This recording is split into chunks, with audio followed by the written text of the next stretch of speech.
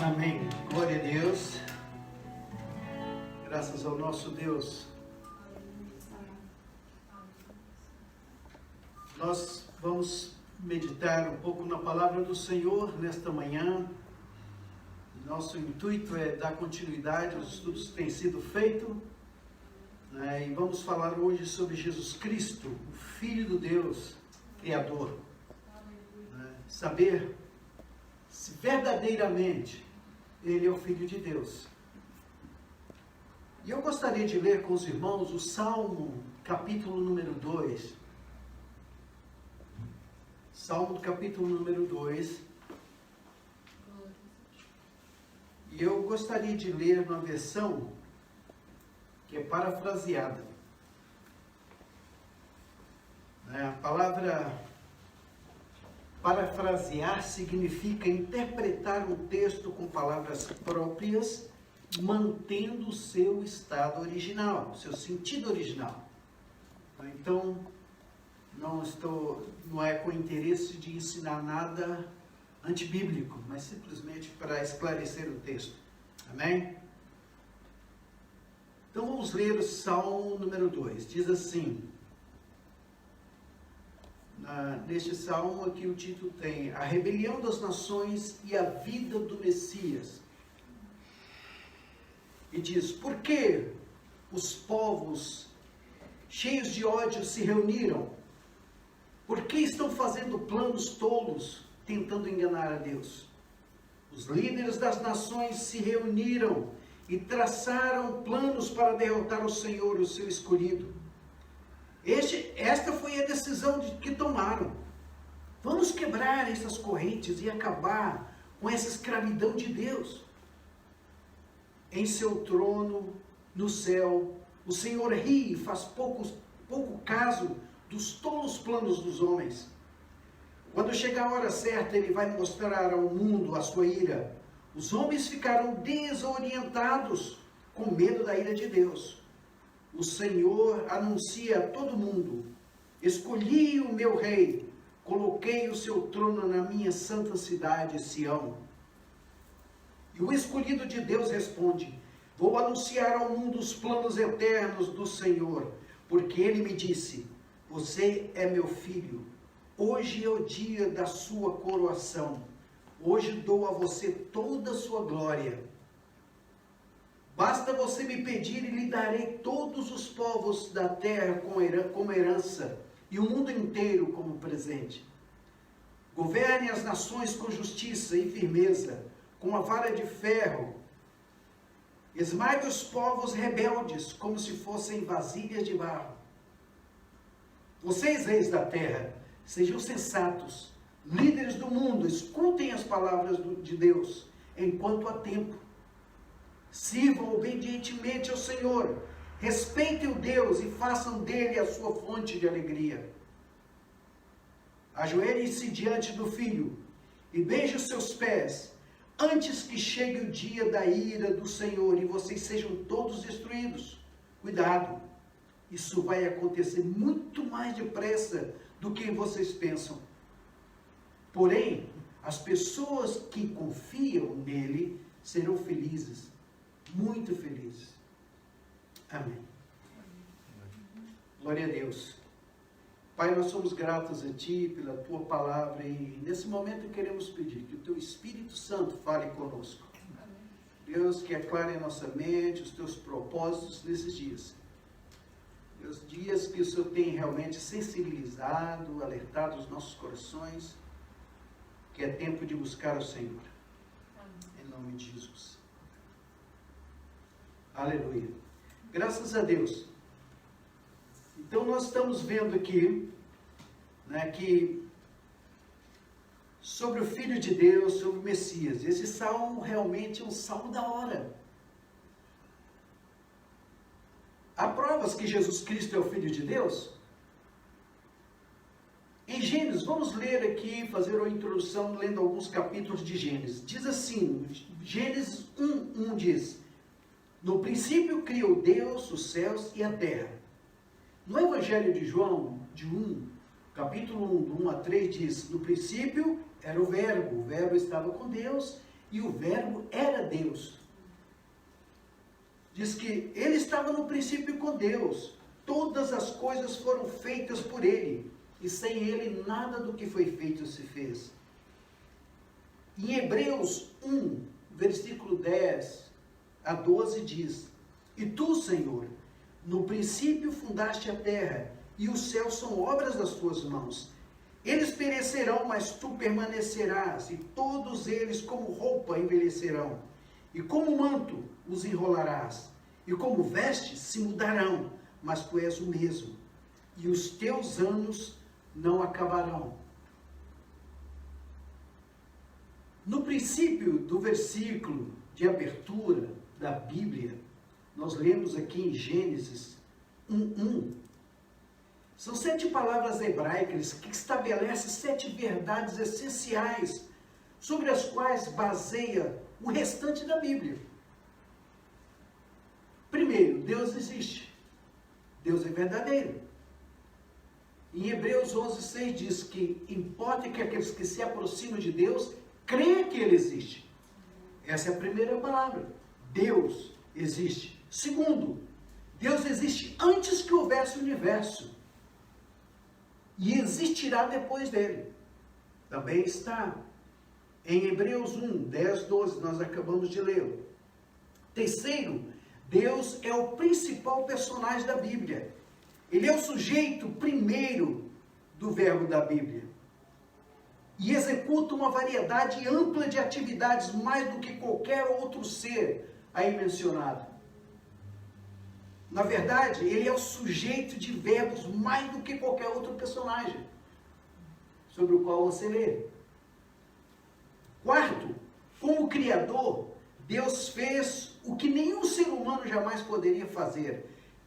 Em sua forma ativa, o verbo hebraico bara, que significa criar, nunca tem um sujeito humano. É prerrogativa exclusiva de Deus. Portanto, bara significa uma obra que é exclusiva de Deus, porque a palavra diz criar do nada.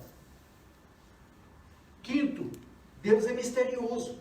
Embora a palavra hebraica para Deus seja plural, a forma verbal da qual Deus é o sujeito é singular.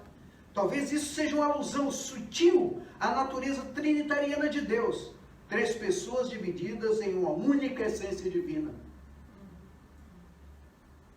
Sexto, Deus é o Criador dos céus e da terra. Ele não simplesmente modifica uma matéria preexistente, mas, como lemos no verbo bara, chama a matéria à existência a partir do nada. Isso é tremendo.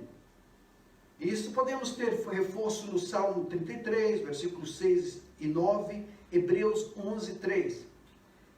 E finalmente, no 7, Deus não depende do universo, mas o universo é totalmente dependente de Deus. Deus não está dentro de um conceito panteísta absoluto, muito pelo contrário. E nós vemos aqui, quando fala no verbo, se diz o verbo, no princípio era o verbo. Esse tempo verbal aí, não é um pretérito imperfeito, não é que no princípio da criação que o verbo veio existir, não, ele era antes do princípio da criação. Então, e nós vemos que a existência, né, eterna de Cristo está aqui bem revelado, desde o princípio, em João 1:1. E também está na primeira epístola de João. Não é? E o próprio Jesus disse em 17:5 do Evangelho de João, que ele tinha uma glória. E ele falou na oração: glorifica-me a mim com a glória que eu tinha contigo antes da fundação do mundo. O verbo se fez carne. Em João 1,14. Isso implica a pré-existência, porque ele se fez. Então nós podemos ver que o verbo está na participação da criação. E tem natureza divina, natureza humana. e fez com que essas duas naturezas, né, convivessem. E agora nós vamos voltar aqui ao Salmo 2, e nós lemos, e vamos colocar essa enfática aqui no versículo 7. O fantástico deste salmo e desse versículo é que o próprio Deus fraseou por duas vezes durante o ministério de Jesus. Primeira vez foi no batismo. Assim que Jesus saiu da água, os céus se abriram e o Espírito Santo desceu sobre ele em forma corpórea de uma pomba, diz Lucas. E uma voz vinda do céu disse: este é o meu filho amado, em quem tenho toda alegria. Esse salmo me encanta porque eu vejo Deus falando ele. É fantástico. E em Mateus, né, e temos a segunda vez que esse versículo é citado, foi no meio dos 3 anos do ministério de Jesus, na ocasião da transfiguração, no alto de um monte, onde apareceram com ele Elias e Moisés. Está em Mateus 17, de 1 a 8. Foi um evento que marcou definitivamente a sua existência como Filho de Deus nessa terra. Foi uma forma maravilhosa e sobrenatural de fazer conhecida a glória de Deus a este mundo. Não foi uma mera declaração de aprovação do seu ministério, mas uma verdadeira aclamação da sua divindade e o direito de herdar o trono de Israel para sempre. Milhares de anos antes desse evento, em Gênesis 3,15, texto conhecido entre os cristãos como proto-evangelho, a Bíblia já predizia a sua vinda como o Messias, ou ungido. Ele viria como Messias de Israel, que sentaria no trono de Davi e resgataria o povo da escravidão e da opressão. Também abençoaria todas as famílias da terra, como Deus havia prometido anteriormente a Abraão. O Salmo 2,7 é apenas um dentre centenas de profecias messiânicas que identificariam quem seria o Rei Salvador e o que ele realizaria no mundo. Há várias profecias que revelam onde nasceria e qual a sua natureza.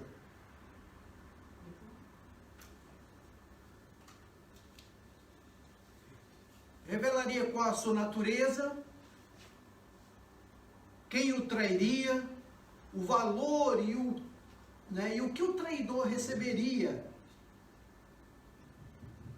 e o tipo de morte pela qual ele passaria. Mateus 3,17, e nós vamos ver também Marcos 1,11 e 3,22, Deus fala, Lucas fala, o Espírito Santo desceu sobre ele em forma corpórea como uma pomba, e ouviu-se uma voz do céu que dizia: tu és o meu filho amado, em ti me tenho comprazido. Ao explicar esse texto, ao aplicar esse texto a Jesus, Deus Pai estava clamando como Messias, o Rei Eterno, por Deus designado, que reinaria com autoridade divina, cujo reino se estenderia até os confins da terra. A unção do Rei escolhido no Velho Testamento era selada com o derramar do azeite por um profeta. Neste caso, Lucas relata que o próprio Espírito Santo veio sobre Jesus na sua plenitude. Essa mesma declaração aconteceu logo a seguir a transfiguração. Em Mateus 17,5, diz que estava ali Pedro, Tiago e João, e eles contemplaram a transfiguração de Jesus. E Pedro, tomando a iniciativa, querendo construir uma tenda para Elias, para Moisés e para Cristo, apareceu então uma voz no meio de uma nuvem que dizia: este é meu filho amado, em quem me comprazo. Ouvi-o, escutai-o. E esse mesmo tema está repetido em Marcos 9:7, Lucas 9:35. Essa é a confirmação que Jesus era o Messias, o Salvador do mundo. Ele é o profeta sobre o qual Moisés falara que Deus levantaria de entre os seus irmãos. Está em Deuteronômio 18. O Salmo 2 é o salmo realmente desse momento. Existem informações importantes para entendermos o presente momento. Vejamos o versículo 9. Ele é citado 3 vezes no Apocalipse. Primeiro como convocação. Como convocação em Apocalipse 2:27, a carta escrita a Tiatira. E é interessante que ali o Senhor fala: ao que vencer e guardar até o fim as minhas obras, eu darei poder sobre as nações, e com vara de ferro as regerá, e serão quebradas como vaso de oleiro. Observe que essa atitude de quebrar aqui é realmente destruir qualquer sofisma, qualquer preconceito, qualquer soberba, qualquer altivez. Como também recebi do meu Pai, ele diz, Cristo daria a autoridade àqueles que vencessem. Então isso aqui é uma convocação. Depois temos a participação. Esse mesmo versículo se repete em Apocalipse 12:5. E deu à luz a um filho, um varão, que há de reger todas as nações com vara de ferro. E o seu filho foi arrebatado para Deus e para o seu trono. Nesse versículo sai direto da cena do seu nascimento para a sua ascensão ao trono. Mostra a ação de Satanás para impedir a obra de redenção desde a infância de Jesus, por meio de Herodes, e também através de toda a ação da igreja, até a sua glorificação. E aqui vemos o dragão perseguindo a igreja, e ela fugindo ao deserto. Aqui não significa deserto de areia, mas um lugar ermo, onde não há pessoas, porque a igreja tem que procurar um lugar de segurança. E isso aconteceu em toda a história da perseguição da igreja. Vemos na época antes de Constantino, a igreja teve que procurar lugares ermos para se esconder, porque eles queriam perseguir e matar. Na época do Coliseu também, vimos isto. Pedro Valdo, os valdenses também tiveram que morar no meio do mato, porque foram perseguidos. No século III, 13, depois de Cristo. Mas aqui vemos em Apocalipse 19:15, e da sua boca saiu uma aguda espada para ferir com ela as nações, e ele as regerá com vara de ferro, e ele mesmo é o que pisa o lagar do vinho, do furor da ira de Deus Todo-Poderoso.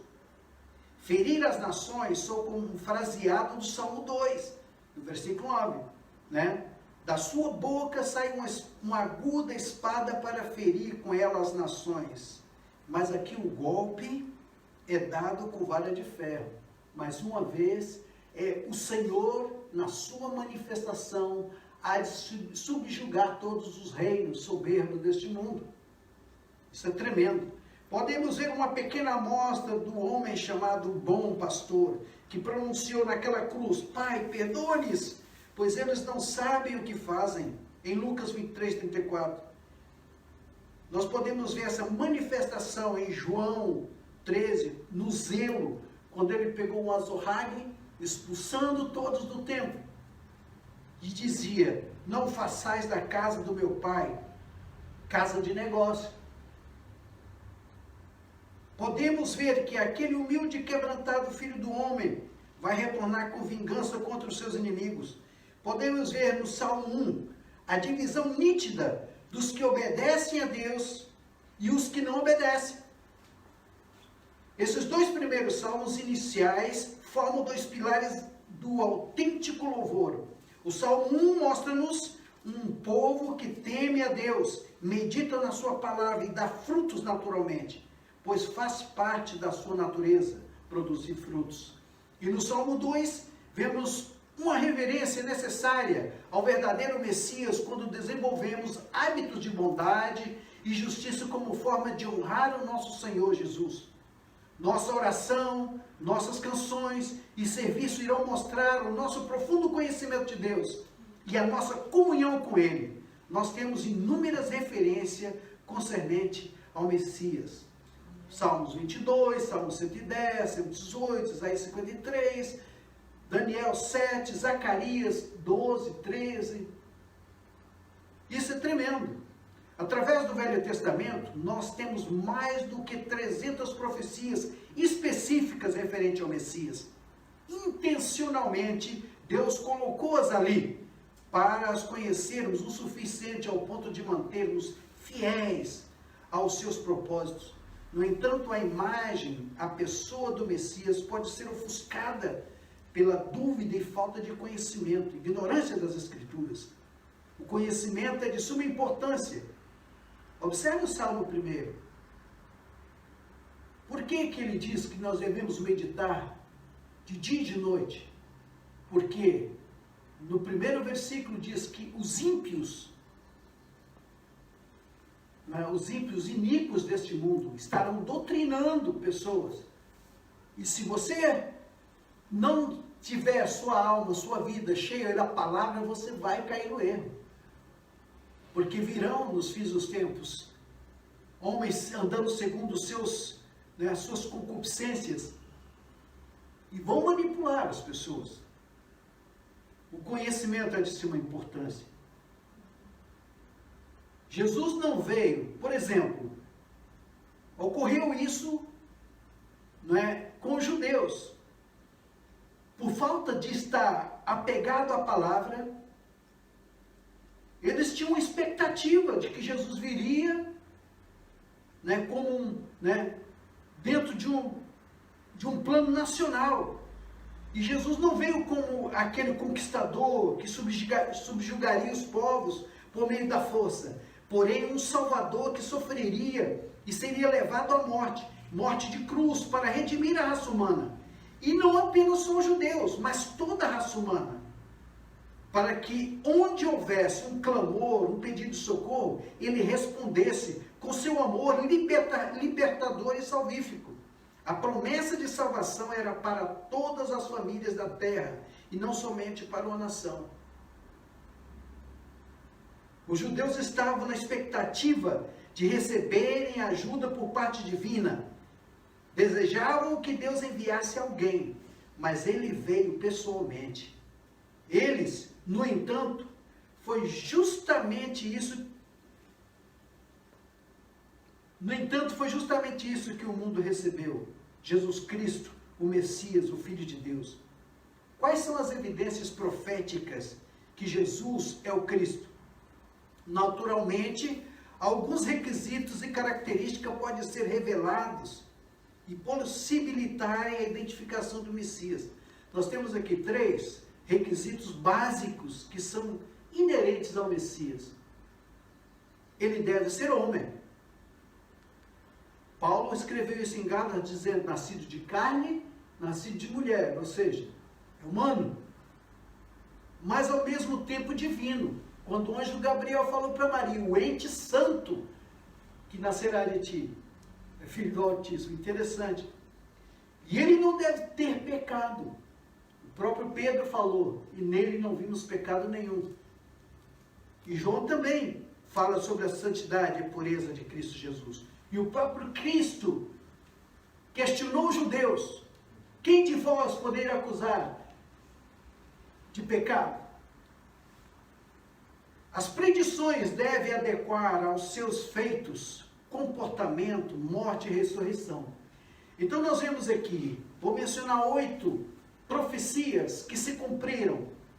Primeiro, que ele nasceria de uma virgem, Isaías 7,14. Segundo, que ele nasceria em Belém, Miqueias 5,2. Terceiro, que ele seria antecedido por um anunciante, Malaquias 3,1. Quarto, que ele entraria em Jerusalém montado em um burrinho.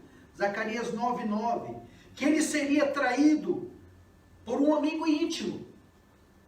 Está em Zacarias 13:6. Que ele seria vendido por 30 moedas de prata. Zacarias 11, versículo 12 e 13. Que ele estaria em silêncio diante dos seus acusadores e opressores. Isaías 53:7. Que ele iria morrer numa cruz, no madeiro. Salmo 22:1. É interessante, tem um estudioso, Peter Stoner, ele escreveu um livro, Ciência Fala. Ele era um professor, um astrônomo, então e professor de matemática. Imagina, ele entendia de cálculo, porque astrônomo, né, sempre calculando de uma forma fantástica o espaço, aí, anos-luz, é realmente complicado. Mas ele diz que a probabilidade dessas 8 profecias cumprir uma pessoa é de 1 por 1 quatrilhão. Ou seja, 10 elevado à 17ª potência.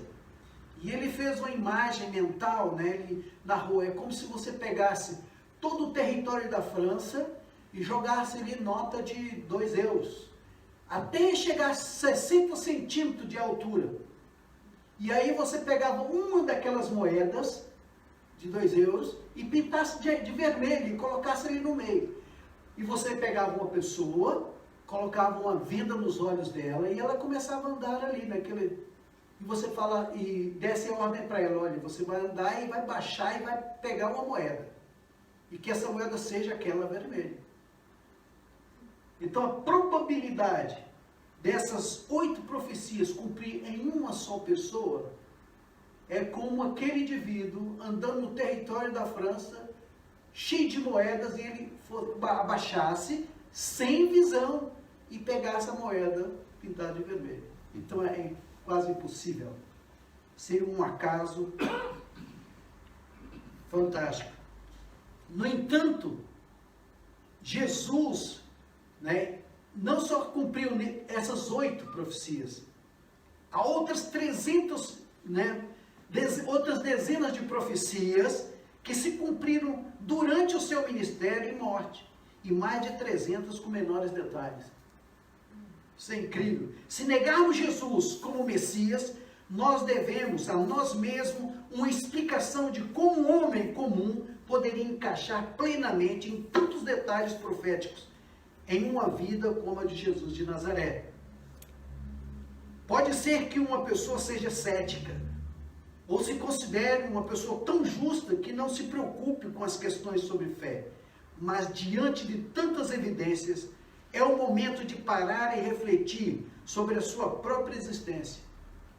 As profecias é apenas um meio que comprova a veracidade da existência de Cristo. Os discípulos tiveram diante dos seus olhos a evidência do cumprimento das profecias, principalmente as referentes à deidade de Cristo, tanto na confirmação da voz que ouviram na ocasião do seu batismo, como também na ocasião da sua transfiguração. Mas o ápice dessa confirmação foi a sua ressurreição. Esse ato não só impactou a vida dos seus discípulos, como também abalou todo o Império Romano e influencia toda a humanidade.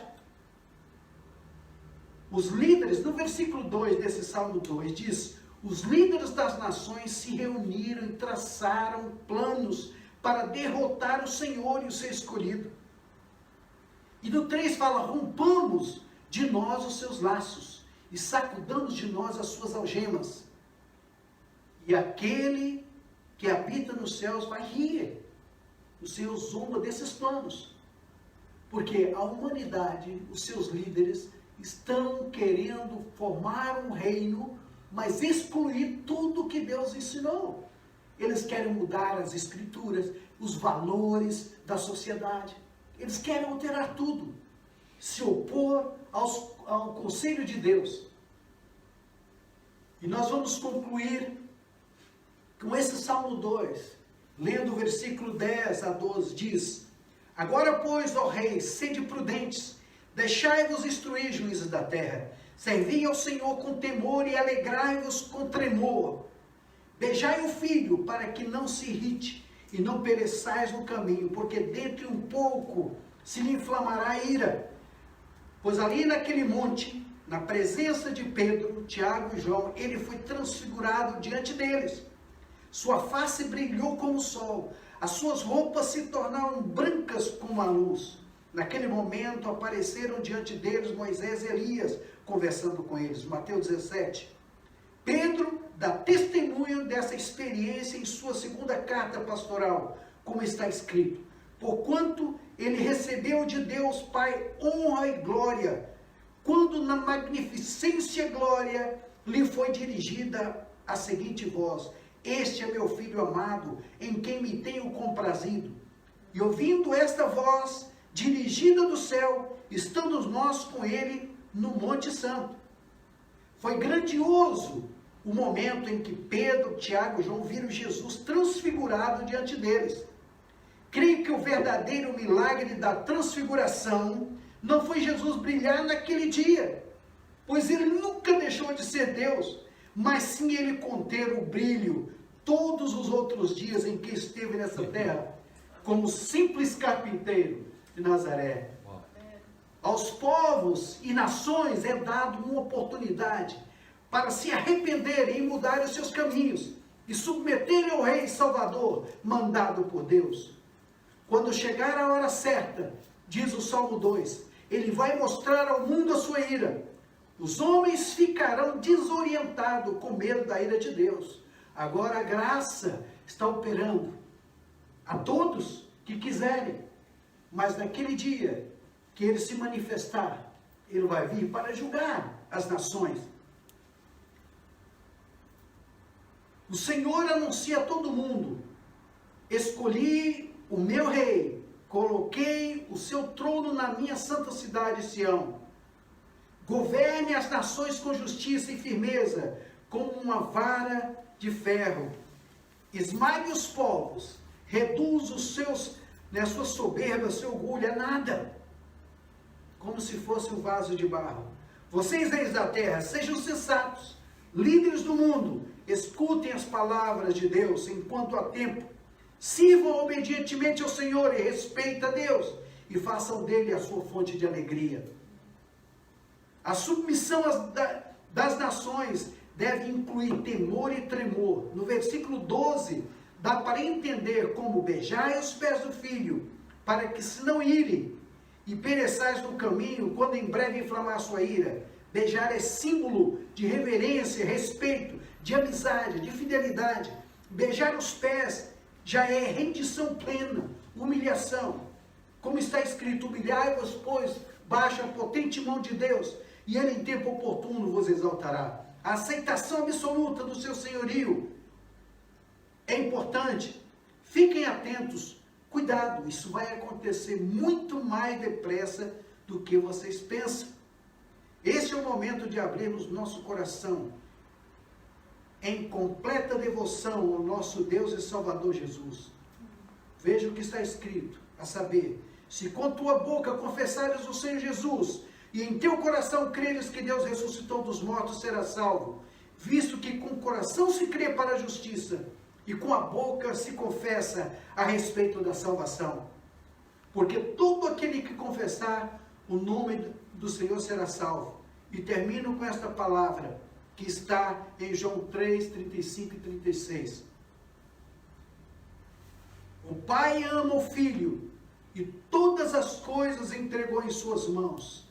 Aquele que crê no Filho tem a vida eterna, mas aquele que não crê no Filho não verá a vida, mas a ira de Deus sobre ele permanece. Vamos orar. Pai, obrigado, Senhor, pela Tua palavra. Deus, obrigado por estas vidas que estão ouvindo. Deus, que o Teu Espírito Santo convença do pecado, da justiça e do juízo. Que eles possam entender que o momento é momento de rendição plena ao Senhor. Não temos muito tempo, Senhor. E se hoje ouvir a Sua voz, que seja um momento de decisão, que se renda a Ti como Senhor e Salvador das suas vidas, perdoando, Senhor, os pecados, livrando da condenação eterna, Senhor. Nós rogamos em nome de Jesus. Amém. Amém. Deus os abençoe.